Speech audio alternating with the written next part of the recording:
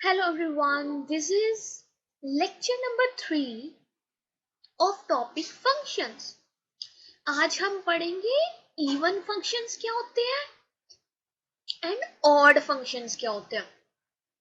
even functions पे आते हैं. even function वो होते हैं जब f of minus x equal आ जाए f of x के. When f of minus x is equals to f of x, that means जो given function है वो even function होगा. आगे चल. नेक्स्ट देखो, अगर हमारा f of minus x equal आ जाए माइनस ऑफ एफ एक्स के, तो दैट मीन ये फंक्शन ऑड आएगा. इवन में क्या है, नेगेटिव रखने से भी फंक्शन वैसा का वैसा रहता है. ऑड में क्या हो रहा है, नेगेटिव रखने से वो नेगेटिव साइन फंक्शन में से बाहर आ रहा है. ठीक है, इन दोनों में ये डिफरेंस है. एग्जांपल्स करेंगे इसके बेसिस पे. हमारे पास फर्स्ट एग्जांपल है F X equals to X. हमें इसे चेक करना है ये इवन है या ऑड है. आप इसमें करना क्या है, एक्स को माइनस एक्स से रिप्लेस करना है. एक्स को रिप्लेस किया माइनस एक्स. अब ये नेगेटिव एक्स को मैंने ऐसा लिखा, माइनस अलग से एक्स अलग से. अब ये एक्स क्या है, एफ एक्स है, तो दैट मीन ये क्या लिखा हुआ है, एफ एक्स लिखा हुआ है और आगे नेगेटिव साइन लगा हुआ है. तो बन क्या, अब हमारा बन गया है F of minus X is equals to minus of F X. तो दैट मीन ये फंक्शन कौन सा है, ये ऑड फंक्शन है. आगे चलते हैं. नेक्स्ट एग्जांपल में देखो आप, F X equals to X square दिया हुआ है. एफ ऑफ माइनस एक्स निकालो तो किसके इक्वल आएगा, minus of X whole square. अब माइनस एक्स का स्क्वायर किसके इक्वल होता है, एक्स स्क्वायर के इक्वल. एक्स स्क्वायर क्या है, ये तो एफ एक्स ही है, तो ये तो एफ एक्स ही आ गया. हमने क्या निकाला, हमने एफ ऑफ माइनस एक्स निकाला था, जो किसके इक्वल आ गया, जो हमारा एफ एक्स के इक्वल ही आ गया. तो दैट मीन ये कौन सा फंक्शन है, ये इवन फंक्शन है. इवन के लिए कंडीशंस ये थी, ऑड के लिए कंडीशंस ये है. आगे चलेंगे नेक्स्ट एग्जांपल में. देखो इसमें चेक करो, एक्स को रिप्लेस करना है माइनस एक्स से, तो कितना आया, माइनस एक्स का क्यूब प्लस 4. तो माइनस एक्स क्यूब किसके इक्वल होगा, एक्स के क्यूब और नेगेटिव प्लस 4. तो एज इट इज रहा. क्या ये एफ एक्स के इक्वल है, नो, ये एफ एक्स के इक्वल नहीं है. अब क्या इसमें से अगर मैं माइनस का साइन कॉमन ले लूं तो ये बन रहा है माइनस तो माइनस. क्या ये एफ एक्स है, नो, ये एफ एक्स भी नहीं है. तो F of minus x F x के इक्वल भी नहीं आया, माइनस ऑफ एफ एक्स के इक्वल भी नहीं आया. इसका मतलब जो गिवन फंक्शन है वो इवन भी नहीं है, ऑड भी नहीं है. तो हम लिखेंगे it is neither even nor odd. Even भी नहीं है, ऑड भी नहीं है. ठीक है, आगे चलते हैं. नेक्स्ट एग्जांपल डी पार्ट में देखो, एफ ऑफ माइनस एक्स निकालो. तो माइनस एक्स की पावर में 4 प्लस माइनस एक्स की पावर में 2. माइनस एक्स की पावर 4 कितना होता है, एक्स की पावर 4. माइनस एक्स की पावर 2 कितना होगा, एक्स की पावर 2. तो किसके इक्वल आया ये तो एफ एक्स के इक्वल ही आ गया. तो हमारा एफ ऑफ माइनस एक्स जो है वो एफ एक्स के इक्वल आ गया. तो ये हमारा फंक्शन कौन सा है, इवन फंक्शन है. तो that is even function. Clear है. आगे चलते हैं. आगे हम पढ़ेंगे डेफिनेशंस डोमेन की एंड रेंज की. डोमेन क्या होती है, रेंज क्या होती है, उसके बारे में. डोमेन होती है set of all input values. हम फंक्शन में कौन कौन सी वैल्यूज सब इन कर सकते हैं उसको हम बोलेंगे इनपुट वैल्यूज, और वो डोमेन हो जाएगी. क्या है, the set of input values of a function. Function की इनपुट वैल्यूज को ही हम डोमेन बोलते हैं. अगर फंक्शन का ग्राफ दिया हो तो हम डोमेन कैसे चेक करेंगे? तब हम चेक करेंगे एक्स एक्सिस की तरफ कितनी कर्व जा रही है, एक्स एक्सिस के आगे कितनी जा रही है, एक्स एक्सिस के पीछे कितनी जा रही है। That mean negative x axis पे कितनी वैल्यू कर्व मैक्सिमम कितनी ले रही है, मिनिमम कितनी वैल्यू ले रही है। तो हम डोमेन चेक करनी है, we will check on X axis. तो एक्स एक्सिस के ऊपर चेक करेंगे व्हेन वी यूज ग्राफ्स। तो ग्राफ से हमें अगर चेक करनी है फंक्शन की डोमेन तो एक्स एक्सिस पे चेक करेंगे। आगे देखो रेंज। रेंज क्या होता है? रेंज होता है set of output values, set of output values of function, कि फंक्शन में आउटपुट में क्या क्या वैल्यूज मिलेंगी हमें, कि हमारे पास अब क्या वैल्यूज रिटर्न में आएंगी, वो वैल्यूज हो जाएंगी आउटपुट वैल्यूज। देखो इसको अगर ग्राफ में चेक करना तो क्या आएगा, हम चेक करेंगे वाई एक्सिस पे, चेक ऑन वाई एक्सिस। तो हमें अगर ग्राफ से रेंज निकालनी है तो हम चेक करेंगे ग्राफ में वाई एक्सिस की तरफ कर्व कितनी जा रही है। ठीक है, एग्जांपल्स करते हैं इसके बेसिस पे। हमें इसमें डोमेन निकालनी है, रेंज निकालनी है। डोमेन के लिए ये एक कर्व दे रखी है, ये वाई एक्सिस होती है और ये एक्स एक्सिस होती है। ठीक है, डोमेन चेक करनी है, डोमेन के लिए एक्स एक्सिस पे चेक करते हैं। तो कर्व देखो या इस पॉइंट से शुरू हो रही है, इस पॉइंट पे एक्स की वैल्यू कितनी है, -3। अब इसके बाद ये कर्व आगे जा रही है, आगे जाते जाते यहां तक के बाद एरो है, एरो का मतलब होता है कि वो आगे जाएगी। आगे कितना जाएगी हमें नहीं पता, लेकिन आगे पहुंच जाएगी। यहाँ आए तो x की वैल्यू ये आ जाएगी, यहाँ आए तो x की वैल्यू ये आ जाएगी, लेकिन ये बहुत आगे जा रही है तो ये तो इन्फिनिटी तक चले गई। लेकिन शुरू कहाँ से हुई? शुरू हुई थी -3 से। तो डोमेन में हम लिखेंगे x जो है -3 के इक्वल और उससे बड़ा है और इन्फिनिटी तक जा रहा है। ये हमने डोमेन लिखी। ये सेट को लिखने का एक फॉर्म है जिसे हम बोलते हैं सेट बिल्डर फॉर्म। तो तब हम सेट बिल्डर में एक सेट को इस तरीके से लिखा जा सकता है, तो मैंने वो सी फॉर्म लिखी है। इसको अगर आप इंटरवल्स में लिखना चाहो तो हम लिखेंगे -3 से लेके इन्फिनिटी तक का ये डोमेन है इसकी। रेंज चेक करो, रेंज होती है, हमें उसे किस एक्सिस पे चेक करना है, रेंज को वाई एक्सिस पे, कि वाई एक्सिस पे वो मिनिमम वैल्यू कितनी ले रही है, मैक्सिमम वैल्यू कितनी ले रही है। मिनिमम में देखो इस पॉइंट से तो शुरू हुई हो रही है, तो ये इसकी ये वैल्यू कौन सी है, -4। तो -4 से तो ये स्टार्ट हुई है, इसके आगे भी ऊपर जाती जा रही है, जाती जा रही है। इस पॉइंट पे इसकी y की वैल्यू ये आएगी, इस पे y की वैल्यू ये आएगी, अप टू सॉन ये आगे जाती जा रही है, तो y की वैल्यू भी आगे बढ़ती जा रही है। तो दैट मीन ये कहां तक जा रही है, इन्फिनिटी तक। तो y की वैल्यू भी हमारी -4 से इक्वल और बड़ी है और इन्फिनिटी तक जा रही है। ये क्या आ गया, ये रेंज वाला सेट हो गया। इसको लिखना चाहो इंटरवल्स में तो आप लिखोगे -4 से इन्फिनिटी तक। ठीक है, ये वाला करते। इस एग्जांपल में देखो हमें निकालनी है डोमेन एंड रेंज। तो डोमेन देखो एक्स एक्सिस इधर होती है, इधर वाई एक्सिस होती है।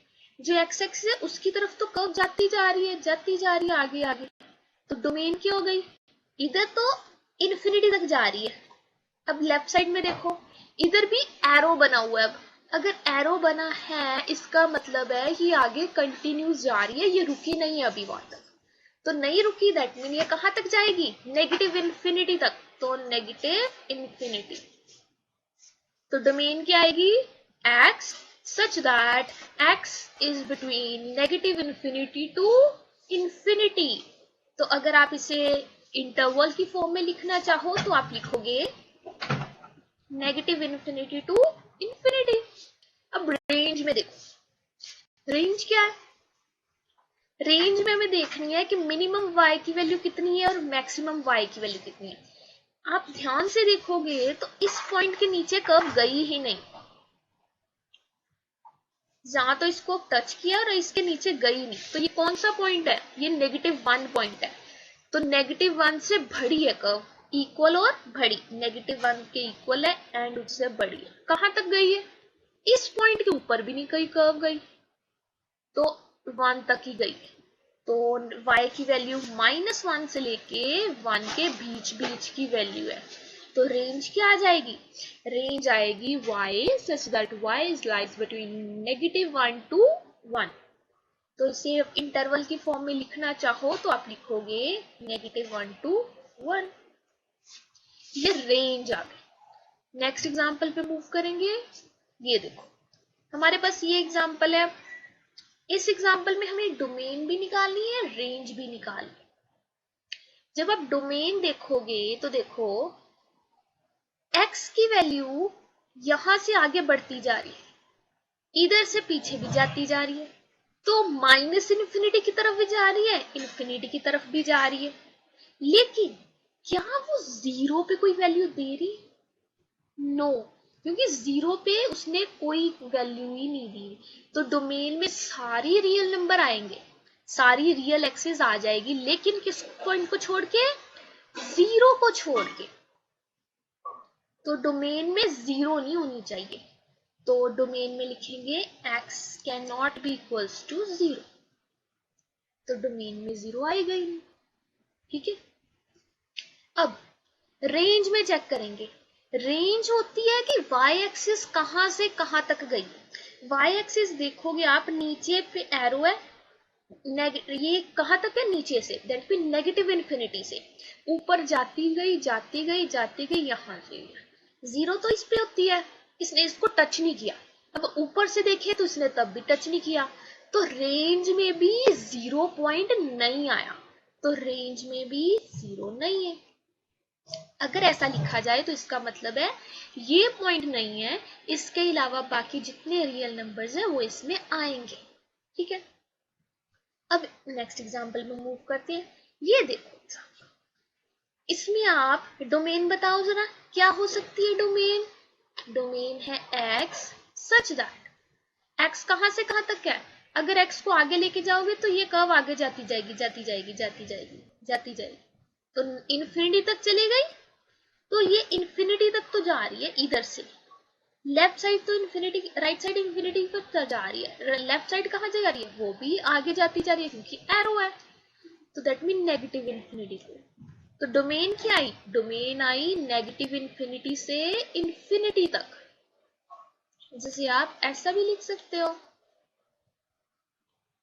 आगे चलो रेंज निकालो इसकी। इसकी रेंज क्या करनी है, हमें y एक्सिस पे चेक करना है कि y एक्सिस पे कहां से शुरू है कहां से खत्म। इस पॉइंट के सारे ऊपर ये कर्व, इस पॉइंट के नीचे आई नहीं, इस पॉइंट, ये पॉइंट था कौन, 0, 0 के ऊपर है कर्व और ऊपर आगे तक जाती जा रही है, 0 से स्टार्ट हुई है और इसकी आगे जाती जा रही है। तो हमारा रेंज जो बनी वो ये बनी, y such that y is greater than equals to 0 and less than infinity।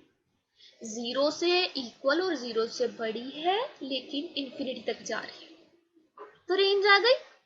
इतना क्लियर है, आगे चलते। अभी हमने जो किया वो हमने ग्राफ से चेक किया था, डोमेन क्या है, रेंज क्या है। अब फंक्शन हमें इक्वेशन की फॉर्म में दिया हुआ है, हमें इसी से चेक करना है कि क्या आएगा। देखो जरा, इसमें आप क्या कह सकते हो, इसमें आप कह सकते हो कि रूट एक्स जो है उसमें आप क्या क्या वैल्यू रख सकते हो, एक्स की कौन कौन सी वैल्यू रखी जा सकती है।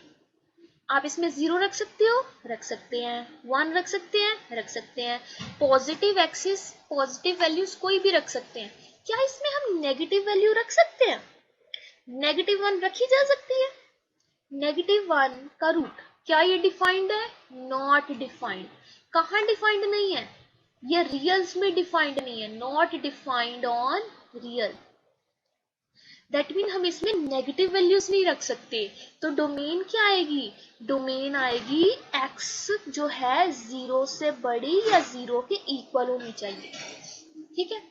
अब रेंज देखो, रेंज में रेंज में क्या क्या वैल्यूज आ सकती हैं, रेंज में क्या क्या वैल्यूज आ सकती है, देखो जरा, क्या आप इसमें नेगेटिव वैल्यूज आ सकती है आंसर में, आंसर में नेगेटिव वैल्यूज आएंगे, -1 आ सकता है, सोचो जरा, अगर -1 आया तो नेगेटिव होना चाहिए ना, हम नेगेटिव रख ही नहीं रहे, तो अगर हम नेगेटिव रख ही नहीं रहे तो इस नेगेटिव आंसर भी नहीं आएगा, तो दैट मीन ये भी 0 से बड़ा ही रहेगा, 0 की बड़ी कोई भी वैल्यू इसका आंसर आ सकती है, 0 भी आ सकती है, लेकिन 0 से छोटी वैल्यू इसकी कभी नहीं आ सकती, क्योंकि हम इसमें 0 से छोटी वैल्यू सब इन कर ही नहीं सकते, अगर छोटी इससे में रखी नहीं तो नेगेटिव आंसर कभी आएगा ही नहीं, अगर इसमें नेगेटिव आंसर नेगेटिव वैल्यू रखी तो वो डिफाइंड ही नहीं है, तो डोमेन इसमें डोमेन जो है वो 0 से बड़ी है, रेंज जो है वो भी 0 से बड़ी, ठीक है, इक्वल भी है 0 की। आगे चलेंगे, F X equal to X square, इसमें हमने देखना है कि हम x की कौन कौन सी वैल्यू रख सकते हैं, इसमें आप चाहे पॉजिटिव वैल्यू रखो, नेगेटिव वैल्यू रखो, 0 रखो, इससे कोई प्रॉब्लम नहीं है, इसमें वैल्यू हम रख सकते हैं, तो हम लिखेंगे डोमेन क्या है, all reals, all reals mean negative infinity से इंफिनिटी तक, ऑल रियल्स आ गए, तो ऑल रियल्स। अब रेंज में क्या आएगा, रेंज में सोचो जरा क्या आएगा, जो रेंज है वो हमारी स्क्वायर के फॉर्म में टर्म्स आ रही है, जो भी स्क्वायर होता है रियल नंबर का स्क्वायर कभी भी 0 से छोटा नहीं होता, square of any real number is always greater than और इक्वल्स टू 0, तो दैट मीन जो रेंज है y वो 0 या 0 से बड़ी रहेगी, इसको इंटरवल की फॉर्म में लिखना है तो आप ऐसा लिख सकते हो, 0 की इक्वल टू भी है तो हम इक्वल टू 0 के लिए क्लोज ब्रैकेट और इन्फिनिटी, हमने इसे इंटरवल फॉर्म में लिखा, चाहे ये लिखो चाहे ये लिखो, ये इसकी डोमेन आ गई और ये इसकी रेंज आ गई।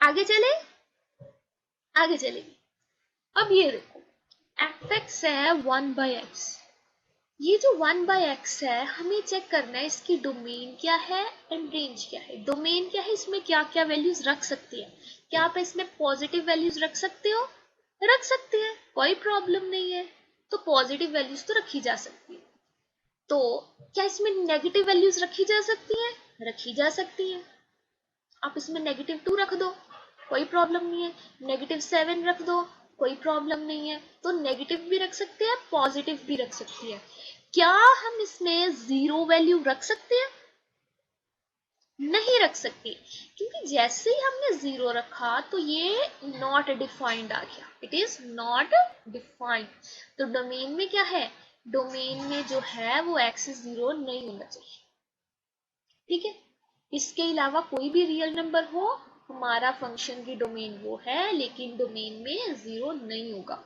रेंज क्या है अब इसकी, रेंज चेक करो जरा, रेंज होता है कि क्या क्या आंसर आएगा, आप इसमें पॉजिटिव वैल्यूज रखोगे तो पॉजिटिव आ जाएगा, नेगेटिव रखोगे तो नेगेटिव आंसर आ जाएगा, तो क्या कभी इसका आंसर 0 आ सकता है, इसका आंसर कभी 0 आ सकता है कि आपने इसमें कुछ रखा और 0 आ गया, नहीं, इसका आंसर 0 नहीं आ सकता, तो जो रेंज है उसमें 0 नहीं आएगा, range can not, range y is not equals to 0, range में जो y है जो कभी भी 0 नहीं हो सकता, वो रेंज है इसकी।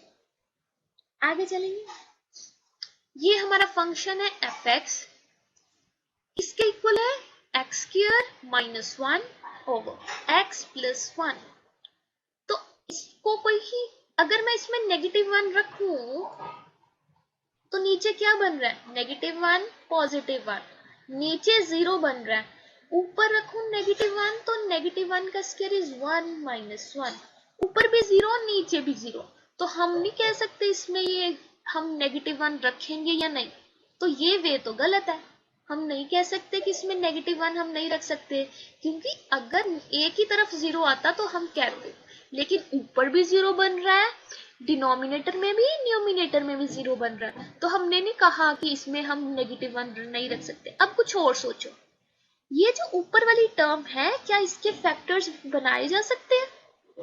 इसके करके देखो, इसके फैक्टर्स बनेंगे x minus 1 and x plus 1, क्योंकि इसमें फॉर्मूला क्या लगा, फॉर्मूला लगेगा A square minus B square का, जो किसके इक्वल है, a minus B A plus B, इसके इक्वल है। तो इसके इक्वल मैंने लिख दिया। अब नीचे क्या था, नीचे है x प्लस 1। अब देखो एक फैक्टर तो कैंसिल हो रहा है, अब कौन सा बचा, x माइनस 1। नीचे कौन है, कोई भी नहीं, नीचे तो 1 है। आप उसे सिंपल भी लिख सकते हो x माइनस 1। तो अब x माइनस 1 की डोमेन भी बतानी है, रेंज भी बतानी है। डोमेन में क्या होता है कि हम इसमें क्या क्या वैल्यूज रख सकते हैं। आप इसमें पॉजिटिव वैल्यूज रखो, इसे कोई प्रॉब्लम नहीं है। नेगेटिव वैल्यूज रखो, इसे कोई प्रॉब्लम नहीं है, क्योंकि आंसर वो दे देगा, हमें एक डेफिनेट आंसर देगा। 0 रखोगे तब भी कोई प्रॉब्लम नहीं है। तो डोमेन क्या हो गई, ऑल रियल्स। ऑल रियल्स को हम ऐसा भी लिखते हैं इंटरवल की फॉर्म में, तो हमने ऐसा भी लिख दिया, ठीक है। अब रेंज क्या आएगी, रेंज होता है कि क्या क्या आंसर में मिल सकता है। अगर मुझे 0 चाहिए तो मैं x की वैल्यू 1 रख दूंगी तो 0 आ जाएगा। अगर मुझे 1 चाहिए तो मैं x की वैल्यू 2 रख दूंगी। अगर मुझे -1 चाहिए तो मैं x की वैल्यू 0 रखूंगी तो -1 आ जाएगा। तो दैट मीन हम इसमें कोई भी नेगेटिव आंसर भी आ सकता है, हमारा 0 भी आ रहा है, पॉजिटिव भी आंसर्स आ रहे हैं। तो रेंज क्या आ गई, जो रेंज है वो भी रियल्स आ गए, ऑल रियल्स। तो जिसको हम क्या लिख सकते हैं, नेगेटिव इंफिनिटी से इंफिनिटी